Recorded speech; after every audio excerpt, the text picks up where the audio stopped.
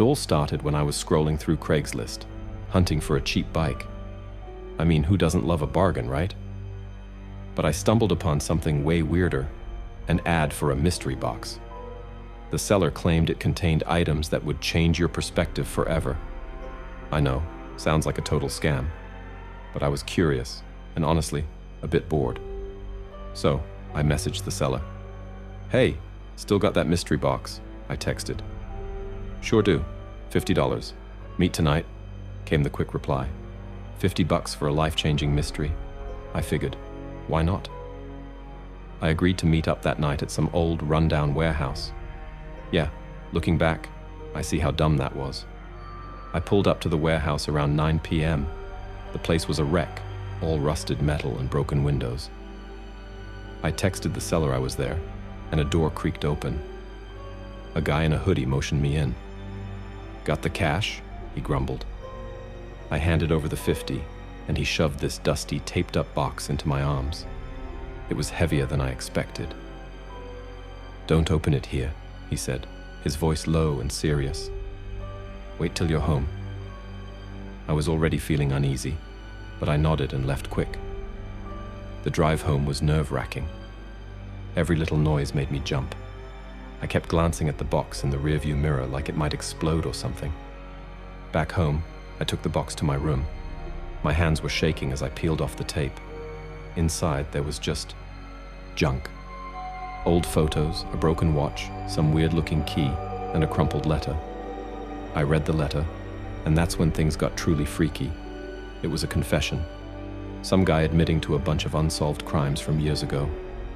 The details were gruesome, like something out of a horror movie. And the photos? They were of the crime scenes, marked with dates and places. I freaked out. Was this a joke? Some twisted prank? Or was it real? I had to find out. I started Googling the names and dates from the letter. My heart sank. Everything matched up. These were real unsolved cases, cold for years. I called the cops immediately, my voice trembling as I explained about the Craigslist ad in the box. They told me to not touch anything else and that they'd be over ASAP. The police arrived and took the box as evidence. They asked me a million questions, like I was some kind of suspect. I told them everything, about the ad, the warehouse, the guy in the hoodie. But it felt like they didn't believe me. Days passed and I couldn't sleep. I kept thinking about those crimes, the victims, and that creepy warehouse. The police called me in for more questioning, but it was clear they had nothing. The Craigslist ad was gone, the account deleted. The warehouse was empty when they checked it out. I was a dead end. Then one night, things escalated. I heard a noise outside my window. I peeked out, and there in the streetlight stood the guy in the hoodie, staring up at my house. I blinked, and he vanished. I wasn't sure if I was seeing things or if it was real. The next day, I found a note in my mailbox. No words, just a drawing. It was the same weird key from the box, but with an address scribbled beneath it. My gut screamed to ignore it, but I couldn't. I needed answers. I went to the address. It was an old, abandoned house on the outskirts of town. The key in my pocket, I hesitated at the door. This was insane, right? But I had to know what was inside. I unlocked the door, and it creaked open. The house was dark, the air stale and cold. I switched on my flashlight and moved forward. The place was a mess, papers scattered everywhere, furniture overturned. Then I heard it, a soft, whispering voice. I spun around, but there was no one. My heart was pounding in my chest. I stumbled over something and fell. Looking down, I saw what I'd tripped over, a skeleton, its bones scattered and dusty. I screamed and bolted out of there, running until my lungs burned. I didn't stop until I reached my car and drove away as fast as I could. The police didn't believe me, again. They said the house was empty when they checked. No bones, no evidence, nothing. I still don't know what was real and what wasn't. But I do know one thing. I'm never using Craigslist again. Sometimes I still see that guy in the hoodie in my dreams, and I wake up in a cold sweat. I learned the hard way that some mysteries are better left unsolved. And some bargains? They cost way more than you think.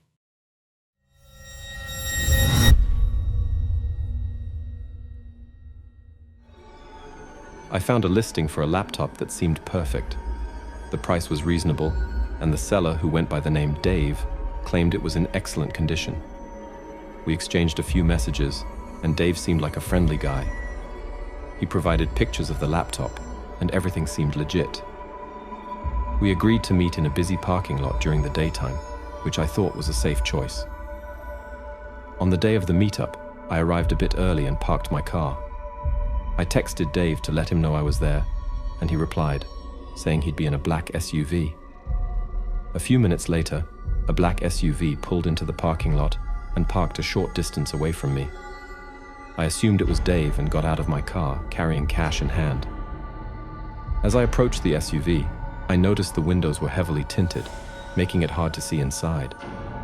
The driver's side window rolled down, and I saw a man inside, wearing a baseball cap and sunglasses. It was impossible to see his face clearly. Dave, I assumed. He greeted me with a nod, and I asked if he had the laptop. He responded with a curt, "Yeah, it's in the back seat. Show me the cash first." Feeling a bit uneasy, I showed him the cash, and he motioned for me to come closer to the SUV. I leaned in to take a look at the laptop in the back seat, and that's when things took a bizarre turn. As I peered into the SUV, I saw not just one laptop, but a whole bunch of them, stacked on the back seat. My heart started racing, and I immediately had a gut feeling that something was very wrong. I asked Dave why he had so many laptops, and his response sent a shiver down my spine. He leaned in closer and whispered, "I've got all kinds of laptops here, ones that aren't even listed on Craigslist. If you're interested, I can give you a great deal." My instincts screamed at me to get out of there, and I took a step back from the SUV. I mumbled something about needing to think about it, and quickly turned to leave. That's when Dave's tone shifted, and he said in a low voice, "You know, I've got something even better in the trunk. Something you won't find anywhere else." I felt panic wash over me as I hurriedly walked back to my car. I could sense Dave watching me as I got in and locked the doors. My heart was pounding, and I didn't dare look back to see if he was following me. I drove away from the parking lot as fast as I could, my mind racing with what had just happened. It was clear that Dave wasn't just a guy trying to sell a laptop. He was up to something shady, and I wanted no part of it. When I got home, I reported the encounter to the police, giving them all the details I could remember. They told me they'd look into it, but I never heard anything back. To this day, I can't help but wonder what Dave had in the trunk of that SUV and what his real intentions were. It was a chilling experience that made me realize just how dangerous Craigslist can be. I learned the hard way that you can never be too cautious when dealing with strangers online, and I'll always be more careful when using platforms like Craigslist.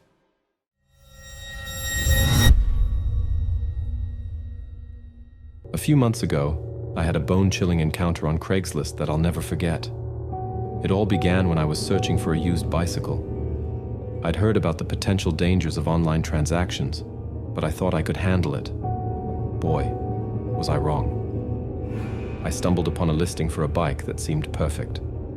The seller, who went by the name Chris, posted pictures and a detailed description. He claimed it was in excellent condition and was offering it at a reasonable price.